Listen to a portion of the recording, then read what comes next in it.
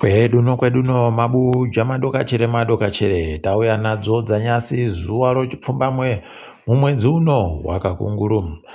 Nyasi kwaikiwa Sydney Gata, wanhu vazhinji vanga vari kutovhurungika kuti kohoko wiki nerichivhayo ari kutekaira nomutungamiriri wenyika iye asina chigaro muhurumende. Anga atorimo mumotika dzomutungamiriri wenyika imomo, kwakutopindawo kogara noabi ake wari ana Chiwenga nana Muhadi. Vanhu vese unotoita kuvhunduka kuti kohoko chii chiri kuitika. Akaita kuchibata kuti dzvi ndo pamunoziva ipapo.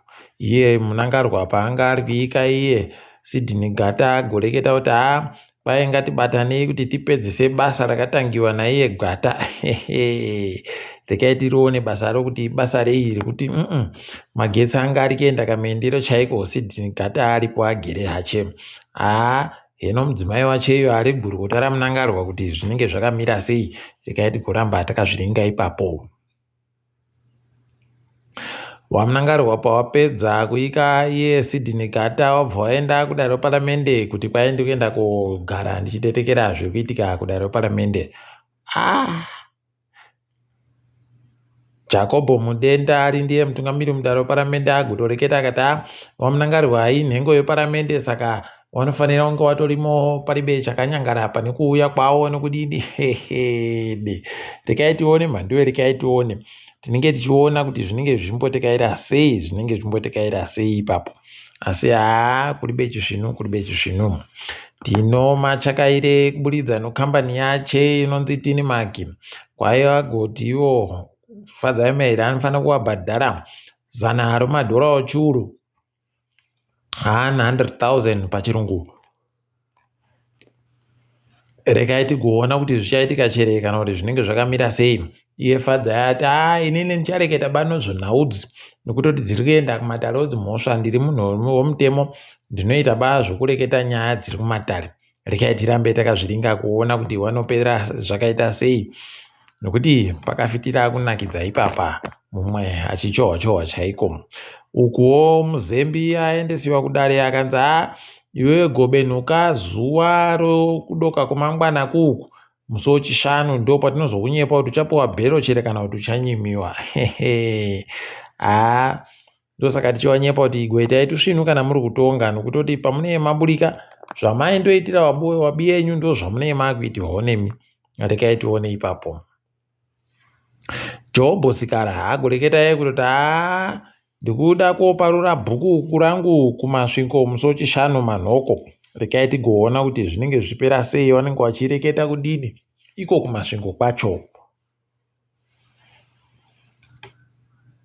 Ravmo Matuke agoburika achireketa iye kutoti wakomana kwai Mambo Nyamandi aisiwa kwaGutu ato munhu weZANU-PF anofanira kunge achimirira zvinhu zvomusangano weZANU-PF nokudi iyo bumbiro romutemo richiti ana mambo wanhu wanomirira nyika yese paribe wanofanira pakusarudza. Idihwi, rekai tirambe takazviringa izvi, asi munondoziva kutoti kuribe chizvinu. Nyasi wafanawo paUZ wariwo pasi posangano rozinasu wahwadzi wafani kuri kuburika kuti kuno wabiyawo watanhatu wabisiwa pachikoro wambomisiwa izvezvi wari kuti Blessing Mutisi, Nodesha Mainge Hama, Tafadzwa Katsande, Tawana Nyasha Hove, Mutukura Tariro na Nashan Kosho. Pakachangariwa wari kunzi imimi makaenda kuratidzira muchibva mamanikidza vamwe kuti waitewo zvokuratidzira nemi zvisiri pamutemo, kuno ndo zvawamisirwa ichikoro izvozvo. Rekai tirambe tichiona kuti zvinopera sei, zvinodini. Tinenge tichizondokunyepai mhanduwe kana pano zvimwe zvinenge zvareketeka pakadando. Kwaiye anonzi Kenere Claudius Makoa hanzi namunangarwa kwainge aite gamba rohondo kureketa kuti haikiwa kunzvimbo dzinoikiwa magamba odunhu rokuchiredziko uku. Rekai tigoona kuti zvinopera sei ipapo. Kwaianga akachirwara akapfira kuchipatara chokuchiredzi.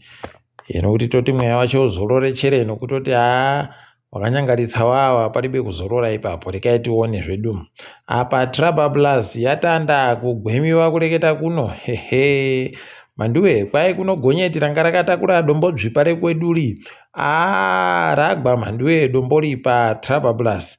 Chatonaka kutoti ribe zvaro kuponda tara nokutoti yaibva yatotanda kutoita makomba pokare.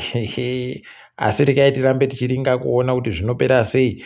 Ipapa kutanda basi kwazviri kuita uku zvichatoingidzira chaiko nokutoti pakanyangaritsa ipapo. Toramba tichiringa zvedu kuti zvinopera sei. Danai gurira hagonzi aiwa iwe uri kuita tusvinu danai uri kukona wamuroera manja wakuru wehurumende wari kuti kuisiwa kwache mufirimu rakanzi The Thomas Crown Affair kwaita kuratidza kuti aiwa anouseza idi anouseza iyena anoditonga ichirisa aiwa wanoita tusvinu wachimirira nyika yeZimbabwe iko mhiri kumakungwa kuAmerica kuku wachiita mafirimu. Tiri mumafirimu moti kuhwadziwa kamu kuti mukoma firimoni wopa giringo waye watekaira kuenda kwakaenda giringo wakomana imi mweya wonga uzorore murugare zvinotohwadza kuti wakanga wazonyorawo tsamba wachikumbirawo wachiti wachizvinyadzisawo kuzvitanika pano vanhu wachikumbirawo wikinere kuti yamure zvinohwadza izvo manduwe. Rekai tigoona hedu kuti zvinopera sei asi heish pakaita kunyangaritsa chaiko. Umwe MP ari benzero mudare paramende mumhanga ari kuburika achireketa kutoti kwai wana mai wari kutitadzisa kupfumvura wari kutiita kuti tigare kumabhawa kudini unosaya kuti kohoko naiwo wakomana munhu mukuru musvinu akaita kudari anoita kureketa kuti kwai ndogara kubhawa kutiza kumba koka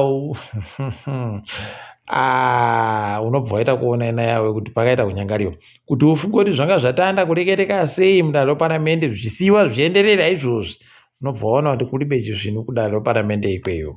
Muturi Ncube agoreketai kuti kwai nyika yeZimbabwe upfumi hwayo hwakura zvokuita mabhiriyoni 44 44 billion pachirungu inonzi GDP kwai ndio mari tiri kunhadzira munyika medu muno. Mabuja rekai tione zvedu kuti zvinenge zvakadini ipapa asi ndipo munotoona kutoti pakanyangariwa. Toringa dziri kuitika pasi rese.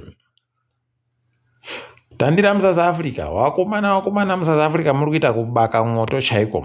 Ipapa kwai kunewo mavhiza mairi wakuda kuparura rimwe ese anoita kubata zvowanhu wari kuuya koita mabasa okuzvimirira wakaita soaimbi novamwe watambi wemadhirama tikati kamu ndokuita tusvinu kwai rimwe racho rinonzi meet rimwe racho rinonzi stages tikati zvisvinu ngazvidando zvioneke kuti zvakamira sei. Apa Vusi Matlala iye ari kunzi ndiye mumwe wavanhu vari kukonzeresa kuti mukwananzi aite kupengereka kwaari kuita kwai ipapa akabatiwa nofoni mujere maanga ari mandiwe unobva waita kuona nayawe kuti pakanyangariwa. Rekai tigoona kuti zvinopera sei ipapa asi pakaita kuita kunyangaritsa chaiko kwaari. Apawo mukwananzi wacho agonza atoingidziwa vanhu vanomuchengeta kuti zviite zviri nani nokutoti kwai wari kumutumira masoko okuti wada kumugwarasha uku kudare paramende izvezvi wamwe kutoita haiwa kung'ara chaiko wari kuti tinoda kuti wauye warekete zviri kuitika kuti zvii zviri kuitika chaizvo. Rekai tigoona kuti vanozviita chere kana kuti zvinenge zvienda nopapi zvinenge zvichitekaira sei. Tinoramba takaringa tichikunyepai kuti zvinenge zvienda nokupi chaiko. Ipapa Senzo Mchunu hede idina yawe ipapa achaita kudemba chaakaitongorera chaiko. Izvezvi iye nombi ache anonzi Brown azobvuma manje kuti Brown iye anomuziva orerere mhanduwe ipapa pakanyangariwa. Rekai tigoona zvedu kuti inopera sei nekuti kana uri mwoto uri kupfutsiwa mwoto wachona uri kuita kupfutsiwa kusvinu chaiko zvokuti unomupisa basi. Rekai tionewo Ramaphosa kuti vachareketa kuti kudini. Tinenge tichikunyepai zvedu. Gurukota rinoringana zveutano munyika yeSouth Africa Aaron Motsoaledi agoreketai kutoti wakomana ana Bill Gates wagoti warichatipa mari inoita bhiriyoni ribodzi romari yomusouth Africa kuti tibatsiridze pakabisiwa mari naTrump paye popepfa. Tikuramba tichiti makorokoto wabi edu idi kweduno tikundoramba takati vava tikusara tegani. Nyika yo UAE yagoti iyo ichadaba vanhu vekunigeria wese, iri kudaba kana mubodzi vanhu vekunigeria munyika maomo. Uko America ikati wese wekunigeria wanga wapuwa mavhiza, takuti chiyati mavhiza iwayo akundoita vhiza rekupinda kabodzi, kupinda uchibenhuka. Pakanyangariwa apo paita kuita kunyangaritsa kusvino. Rekai tigoona zvedu kuti zvinoenda nokupi. Imo muNigeria macho multi-choice yapuwawo choupenzi chomamiliyoni omanaira 763 766 million naira pachirungu. Pakanyangariwa apo. KuNigeria kuzamurira kusvino. Rekai tigoona hedu kuti zvinenge zvitikaira sei. Uku kuFormula 1 kwaya anonzi Christian Horner ati inini Horner ikandakienda ini ndichazvidaba. KuRed Bull asiya basa kutotanda nyasi, anga ana makore 20 ari kuita izvozvo. Tikundoti rekai tione kuti zvinopera sei. Nyaya yafadza vazhinji Bitcoin yakutambirwa kuEmirates. Pakunakidza apo. Rekai tirambe zvedu tichiringa kuti vanenge vachipaita sei peno tingazokopawo dhoiri rauro kana tapfumbura. Tiri ipapo mabuja. Rekai tigumire pano kanyasi. Ndini wenyu Mhandiwe Onhau.